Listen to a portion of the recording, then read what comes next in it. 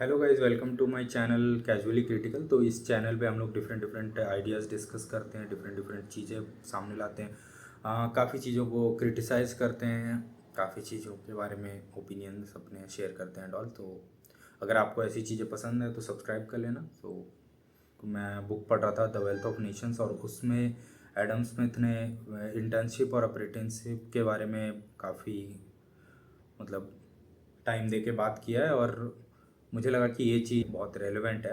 सो Adam Smith अपने book में ये ऑब्ज़र्व करते हैं कि बहुत सारे वर्कमैन जो विलेजेस में काम करते हैं, जो कि खेतों में काम करते हैं, फार्म वर्कर्स हैं, उनके वेजेस काफ़ी कम हैं जो ट्रेड्समैन सिटीज़ में काम करते हैं, जैसे ब्लैक स्मिथ हो गया या फिर कारपेंटर हो गया। ये सब जो ट्रेड्समैन है, ये लोगों से काफ़ी वेजेस कम है विलेज वालों के। वो काम करने के लिए ज़्यादा स्किल की ज़रूरत है। उसके लिए सीजन्स का नॉलेज होना चाहिए, फर्टिलाइज़र का नॉलेज होना चाहिए, फ्लोइंग का नॉलेज होना चाहिए, ये सारी चीज़ें हैं। बट जो नॉर्मल कारपेंटर, ब्लैक स्मिथ, ये सब जो सिटीज़ में काम कर रहे हैं, उसके लिए उतना ज़्यादा नॉलेज की, उतने ज़्यादा स्किल्स की ज़रूरत नहीं है।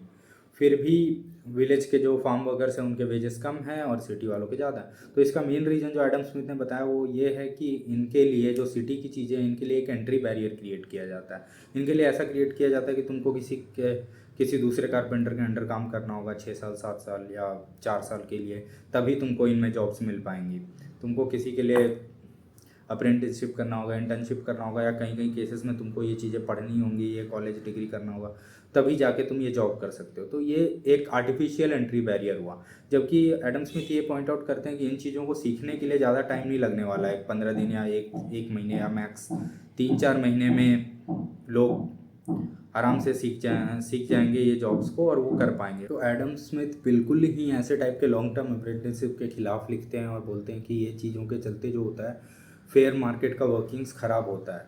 और इसके चलते उनका ये कहना है कि ऐसी चीज़ें ऑन द जॉब जल्दी सीखी जा सकती है। जितना तुम पैसा या फिर जितना लॉस ऑफ वेजेस हो रहा है, और उसकी प्राइमरी रिस्पॉन्सिबिलिटी होती नहीं है एक इंटर्न और एक अप्रेंटिस की, तो उसमें क्या होता है कि वो इतनी चीज़ें सीख नहीं पाता। जबकि वो अगर वो चीज़ें करे खुद से, और जो जो मटेरियल्स ख़राब हो उनके लिए पे करे अपनी सैलरी से ही, तो वो ज़्यादा जल्दी सीख भी पाएगा और ज़्यादा लॉस भी नहीं होने वाला है।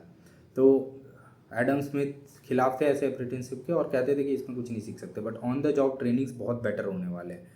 तो यहाँ पे एक चीज़ तो ये हो जाता है कि ये एक एंट्री बैरियर भी काम करते हैं। जो पुअर क्लास लोग होते हैं, जिनको जो अफोर्ड नहीं कर सकते एक यंग वर्कर का इतने सारे सालों के वेजेस लूज़ करना, और अब के केस में तो उतने एक्सपेंसिव कॉलेज डिग्रीज़ और यूनिवर्सिटीज़ को अफोर्ड नहीं कर सकते, और ऊपर से स्टैंडर्ड ऑफ लिविंग भी मेंटेन करना पड़ता है उतने ईयर्स के लिए, और तुम कुछ कमा नहीं रहे हो। तो ये सब चीज़ें जो अफोर्ड नहीं कर सकते उन लोगों के लिए बहुत अच्छा खासा एंट्री बैरियर बन जाता है। और उसके चलते क्या होता है कि इस तरफ जो है एक शिफ्ट होता है, इस तरफ सप्लाई कम हो जाती है चीज़ों की जो अवेलेबल लोग हैं, और उसके चलते इनके वेजेस हाई होते हैं। तो ऐसे टाइप के रेगुलेशंस या ऐसे टाइप के रिक्वायरमेंट्स जब जॉब में पोस्ट किए जाते हैं, तो इनसे क्या करते हैं, एक टाइप का ग्रुप बन जाता है, एक टाइप की लॉबी बन जाती है कि जो लोग पहले से उस ट्रेड में हैं वही लोग अपने से रिलेटेड लोगों को ही अप्रेंटिसशिप देंगे जल्दी, और इंटर्नशिप मिलेगी।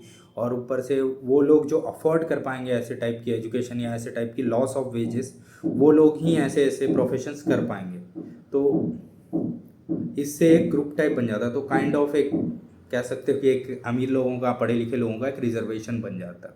इससे क्या हो रहा है कि हर ट्रेड का एक ग्रुप बन जा रहा है, और वही ग्रुप के लोग जिसको चाहते हैं, और मोस्ट प्रोबेबली वो अपने फैमिली, फ्रेंड्स और रिलेटिव्स को ही चाहेंगे, वो ऐसे लोगों को ही उस ट्रेड में ला रहे हैं, और अप्रेंटिसशिप ईजिली मिल जाती है, इंटर्नशिप उन लोगों को जल्दी मिल जाती है। और ऊपर से ये क्लास डिवाइड भी कर देता है, क्योंकि वो लोग ही जो लॉस ऑफ वेजेस उतने ईयर्स के लिए अफोर्ड कर सकते हैं, स्टैंडर्ड ऑफ लिविंग मेंटेन कर सकते हैं, वो लोग ही ये ट्रेड्स में जाएंगे, और उसके चलते उनको हाई वेजेस मिलते रहेंगे। तो काइंड ऑफ एक रिजर्वेशन सिस्टम, जहाँ पे अमीर और पढ़े लिखे लोगों ने ये इंश्योर कर रखा है कि आगे के जो बेटर प्रोफेशन, जो रेगुलेटेड प्रोफेशन है जिसमें घुसना मुश्किल है, उसके लिए दूसरे लोगों के लिए एंट्री बैरियर भी बना रहे, और इनके लोगों को हाई वेजेस भी मिलते रहें, जो कि मार्केट के अकॉर्डिंग स्टैंड नहीं कर रहे, सप्लाई एंड डिमांड से स्टैंड नहीं हो रहा है। और फिर इसके बाद ये भी प्रॉब्लम होती है कि इकोनॉमी में ज़्यादा लंबा इंटर्नशिप, जैसे समझो एक एक इंडस्ट्री में काम करने के लिए आपको वहाँ के लिए 7 साल का एक्सपीरियंस चाहिए, और दूसरी रिलेटेड इंडस्ट्री है उसमें भी वहाँ के लिए 7 साल का एक्सपीरियंस चाहिए। तो इससे क्या हो जाता है, वर्कर्स का मूवमेंट ब्लॉक हो जाता है। तो अगर अभी के एग्जांपल में समझाऊँ तो एक सॉफ्टवेयर है और एक फाइनेंस का फील्ड है, और दोनों में स्किल्स फिर भी इधर उधर हो सकते हैं, या फिर दूसरे स्किल्स लोग सीख सकते हैं लाइक 3 महीने में, 4 महीने में। बट अगर वहीं पे एक एंट्री बैरियर लगा दिया जाए कि आपको 4 साल का बीटेक करना ही है और आपको सॉफ्टवेयर में इतने साल का एक्सपीरियंस होना चाहिए, और फाइनेंस में आपको ये वाली डिग्री करनी ही है और इसमें आपको इतना साल का एक्सपीरियंस होना चाहिए, तो जो फाइनेंस में बंदे हैं जो कि काफ़ी एबल है सॉफ्टवेयर सीखने के 2 महीने में, वो लोग इस साइड मूव नहीं हो पाएंगे। और जो लोग सॉफ्टवेयर के बंदे हैं जो काफ़ी एबल है फाइनेंस सीख पाने के, वो लोग फाइनेंस में मूव नहीं कर पाएंगे। तो इससे क्या होती है, इकॉनमी ऑप्टिमली अपने लेबर का यूज़ भी नहीं कर पाती, और इससे इकोनॉमिक प्रोग्रेस भी स्लो होता है। And also again pointing to the fact कि दोनों ही 4 साल की डिग्रीज वो नहीं कर पाएगा जिसके पास उतने वेजेस लॉस करने के और उतना फीस अफोर्ड करने का अपॉर्चुनिटी नहीं है, और उसके ऊपर से वर्क एक्सपीरियंस और इंटर्नशिप्स भी मिलना मुश्किल है उनको, जो मतलब कि कांटेक्ट में नहीं आते हैं कुछ रिलेटेड प्रोफेशंस के। और वो इंटर्नशिप्स अगर मिल भी रही है और अनपेड मिल रही है तो अगेन लॉस ऑफ वेजेस हो रहा है, जो कि आपने कॉलेज में 3-4 साल पहले ही लॉस ऑफ वेजेस अफोर्ड किया, फिर उसके बाद भी अगर तुम अफोर्ड कर पाओगे। तो देख रहे हो किस तरह से ऐसे फनल किया जा रहा है और चीज़ों को रिस्ट्रिक्ट करके उसके वेजेस बढ़ाए जा रहे हैं। ऑफ कोर्स ये बहुत पुराना ऑब्जर्वेशन है, और इसीलिए एग्जाम्पल विलेज के लेबरर्स और ट्रेडमैन के बीच में किया जाता है, और ये अभी तक स्टैंड होता है कि विलेज के लेबरर्स ऑल तो ज़्यादा स्किल और हार्डवर्क ज़रूरत होता है तो भी उनके वेजेस लो हैं, क्योंकि वहाँ पे कोई रेगुलेशन नहीं है, क्योंकि वहाँ पे कोई एंट्री बैरियर नहीं है कि आपको एग्रीकल्चर में डिग्री करके ही आना पड़ेगा। तो और दूसरी बात ये हो जाती है कि आज के कंटेक्स्ट में अगर देखा जाए तो बहुत हाई एजुकेशन फीस है, तो और कॉलेजेस से भी स्क्रीनिंग की जाती है, लाइक रेज्यूमेज में लिटरली देखा जाता है कि आप कौन से कॉलेज से आए हो। तो इसका मतलब अगर मैं देख रहा हूँ कि आप टॉप टायर कॉलेज से ही आ रहे हो, और टॉप टायर कॉलेज में जाने की फ़ीस, टॉप टायर कॉलेज में जाने के लिए कोचिंग, टॉप टायर कॉलेज में जाने के लिए जितनी सैलरी लॉस करनी पड़ती है, जो चीज़ें करनी पड़ती है, वो ऑफकोर्स एक हाई क्लास का बंदा ही अफोर्ड कर पाएगा मोस्ट ऑफ द टाइम। कुछ कुछ एक्सेप्शन जरूर होते हैं। तो एक तरह से ये एक एलिट लोग इंश्योर कर रहे हैं कि आगे के जॉब्स एलिट लोगों को ही जाए और उनके वेजेस हाई भी रहें, क्योंकि जो नॉन एलिट क्लास है वो लोग कम्पीट ही नहीं कर पा रहे। Even if the job does not require any such skill जिसके लिए आप 4 साल 7 साल पढ़ना पड़े या 4 साल इंटर्नशिप करना पड़े। तो ये और एजुकेशन सिस्टम को एक्सेसिबल बनाने के नाम पे और महंगे एजुकेशन लोन्स दिए जा रहे हैं, बल्कि ये करना चाहिए कि जिन जॉब्स के लिए आपको ज़रूरत नहीं है उतना हाई नॉलेज का, जिन जॉब्स के लिए इनकेस समझो कि 4 साल की डिग्री रिक्वायर्ड नहीं है, उन जॉब्स के लिए वो डिग्री की रिक्वायरमेंट देखनी ही नहीं चाहिए, और डायरेक्ट आपको 12th पास के या 10th पास के हिसाब से वो जॉब्स दे देनी चाहिए। पर किया ये जा रहा है कि वो कॉस्टली डिग्रीज करने के लिए आपको एजुकेशन लोन दिया जा रहा है, और उल्टा आपको बाद में एक्सप्लॉइट किया जा रहा है, क्योंकि ऑफकोर्स आप वो एलिट क्लास के साथ भले ही आप महंगे कॉलेज में पढ़ लोगे, बट आप उस तरह के बन नहीं पाओगे, उस तरह की चीज़ें एक्सेप्शनली कर नहीं पाओगे। तो अगेन पूरा सर्कल प्ले होता है, और आप बस EMIs के चलते और सस्ते में ही बाहर लेबर में काम कर रहे होंगे।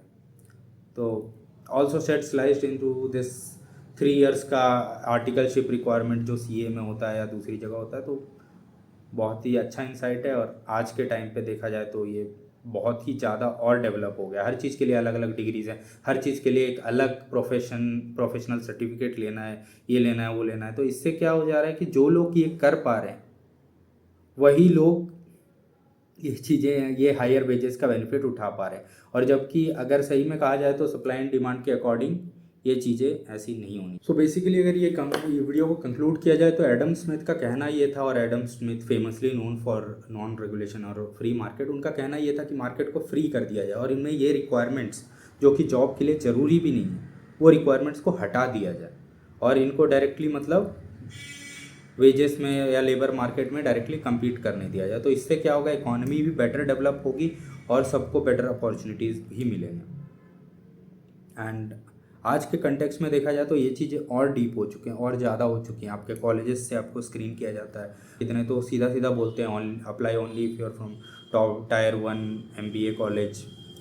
तो ये सब चीज़ें बहुत अच्छे से आपको स्क्रीन करती हैं, और बस उनको ही उठाती हैं, उनको ही अपॉर्चुनिटीज़ देती हैं जो ऑलरेडी हाई क्लास हैं, और उनसे अपॉर्चुनिटीज़ छीनती हैं जो लो क्लास के। और यहाँ पे फिर ये भी होता है कि आप मोस्टली अनस्किल्ड काम कर रहे हो, कोई ज़्यादा स्किल या हार्डवर्क वाला काम नहीं भी कर रहे हो, तब भी आपके वेजेस हाई हैं, क्योंकि आपकी जगह पे आने के लिए ही बैरियर एंट्री इतनी लगा दी जाती है ना कि कोई और आ भी नहीं पा रहा है, तो कम्पीट ही कहाँ से करेगा। तो इस वीडियो के साथ चलते हैं, बाय बाय। सब्सक्राइब कर देना चैनल को। Take care.